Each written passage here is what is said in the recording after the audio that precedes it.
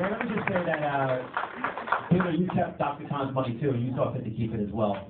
Rabbi Adler from Woodbury Jewish Center and Rabbi Michael Kramer both called me to tell me that they believe that the people that they've dealt with at the Muslim Center are good people. They've interfaith services with them. They've gone to Israel with them, with Jews, Christians, and Muslims.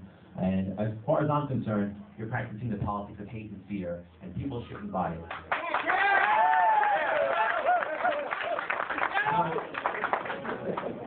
This is just, one of the things that people hate about politics and campaigns is this type of hypocrisy. They gave me money. They gave you more. And they gave it to you in December. You had Ghazi Khan has never given me a donation. In fairness to the congressman, they've never given one to him either. I've never even met the guy, quite frankly. And what he said is appalling, and I agree with you. But, at the same time, when you play the politics of fear, it's because you're trying to distract attention from something else. And that's what the real issue in this campaign is. Whether or not you want a congressman who's a rubber stamp for George Bush and these guys in Washington who plays the politics of fear and hate and divisiveness, or someone's going to ask tough questions and really represent the people of Long Island. So, yeah, I took money from Muslims, and the fact of the matter is, and he's complaining about the fact that I took money from Muslim people. He took money from them also. The only difference is he's taking more. And that's the type of hypocrisy that people are sick and tired of here, not just on Long Island, but throughout America. So at the end of the day, why don't you tell these people that I've never even met Ghazi Khan, and your big issue and my big issue was with Ghazi Khan, and the types of and the fear and the things and the really stupid things that he said. And at the end of the day, Dr. Khan, he says that the Muslim Center never denied or never refuted Ghazi Khan. I was told, I asked about that. They fired him. If you go to their website, they talk about 9/11 and how they sympathize with the families and that they'll do what they can to fight terrorism and work with our country to fight terrorism. Just because someone practices a different religion doesn't mean they're a good American. Wow. Okay, I have to answer that because this is a total distortion of reality and it's an absolute avoidance of reality. The fact is, I have never said it's wrong to take contributions from Muslims. I have very close relations with Muslims. But I don't have relations with Muslims who believe that the Jews attacked us on 9/11. And that's the difference. So I never have said a word about Muslims. I am talking about Dr. Khan. You say Ghazi Khan was fired. He was not fired until Dr. Khan was gone. The entire time that Dr. Khan was president-elect and president of that mosque, Ghazi Khan was there and he had an office. And he was the interfaith director during the entire time that Dr. Khan was there. So these are the facts. This is, to me, if we have the largest mosque right here in the midst of an area where hundreds and hundreds of people were killed on September 11th, it's not hatred. To me, it's an obligation of an elected official to say that a person who was in such a prominent position allowed this to go on. Dr. Khan said he told you. Did Dr. Khan also tell you that he says he deplores the state of Israel? Did Dr. Khan also tell you he says that the Israelis are intentionally killing innocent Palestinian men, women, and children? Did he tell you that? And you say you look at their website. Their website has never, ever criticized Al-Qaeda or bin Laden in the attacks of 9/11. They say they deplore the attacks, but they even choose to this day to say it was bin Laden or Al-Qaeda. They never put that out. And even if you go back and look at this statement after 9/11, not a mention of Al-Qaeda, not a mention of bin Laden. Instead, their spokesman talking about Jews, CIA, FBI, and 3 hijackers still being alive in the United Arab Emirates with the FBI stole their passports. That's the record of Dr. Khan, and that's the person that you are hiding behind. I don't know why. Why are you doing it? Well, Peter, let me tell you something. Well, you let him answer. Let me explain something to you, Peter. You say you have a problem with He raised his red card. He did raise his red card. Yes, he absolutely did. We need you at the legislature, and that's okay. If you want to use your red card, I'll just. no, then you're not going to speak on the subject. Thank you. Can we get on with what affects us in Nassau County, not here on the bullshit? Okay, I'm going to call on the lady in the room when you're both wearing maroon. Yes, you. Hi, I'd like to know, as a medical technologist, I'd like to know where either of you stand on the subject of embryonic stem cell research. Embryonic stem cell research. Okay, it's you're going first. Yeah, I believe in the promise of stem cell research. There's a lot of Long Island families here that are suffering with family members themselves from Alzheimer's and Parkinson's.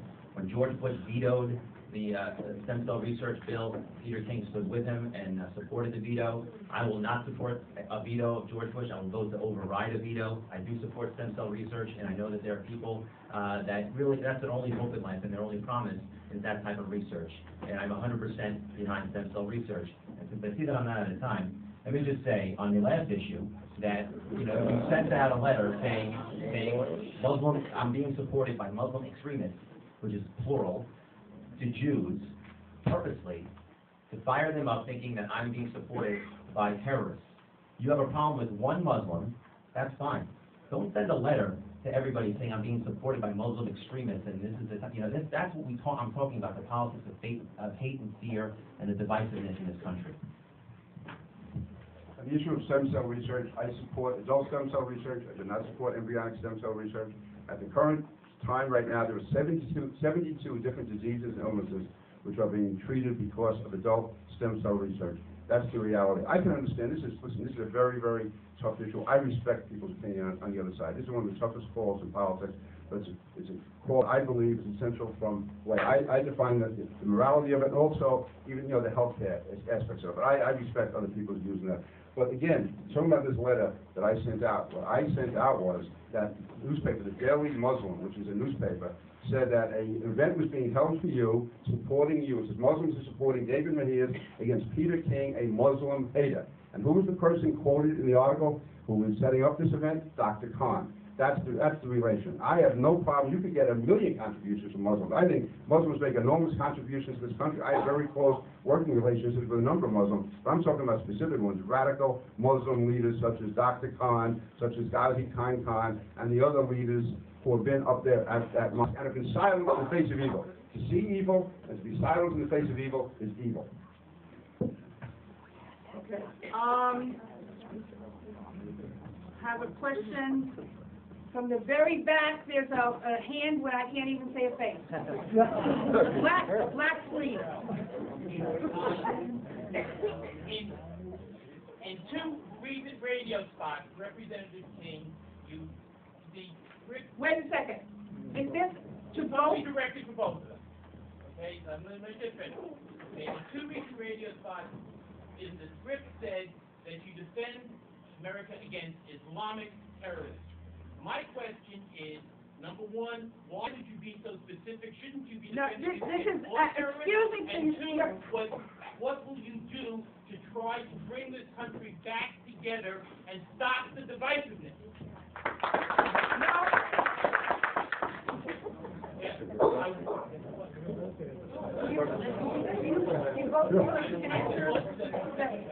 The fact is, you know, you can't hide from reality. The fact is, our current enemy is Islamic terrorism. In the civil rights movement. Terrorism is No, you had your turn.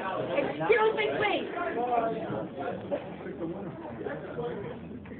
Next question. No, I'm going to answer that. The fact is, the current enemy is Islamic terrorism. During the 1960s in the South, the enemy was white supremacy. And that there are certain realities you're facing. And the Ku Klux Klan could be an enemy, Black Panthers could be an enemy. When you go through any Jewish Defense League at times, it was an enemy. We go through all of these. The fact is, it is Islamic terrorism. They say they are. And that's the reality. World War II, it wasn't Europeans who were against it, it was Germans and Italians. It wasn't Asians who was against it, it was Japanese. And to me, to be hiding from, what are you hiding from? Face reality. And one way to bring the country together is to be honest, to talk the truth, and work from there. The Islamic terrorists saying all Muslims or all Islamic people, they say Islamic terrorists. Al-Qaeda doesn't say he's coming as a Catholic or a Jew or a Protestant, just like the Christian Knights of the Ku Klux Klan weren't Jewish or black, they were white Christians. I mean, there's certain realities, you want to hide, that's your prerogative. We as a nation don't have the right to hide from reality, otherwise we can be attacked again the way we were on September 11th.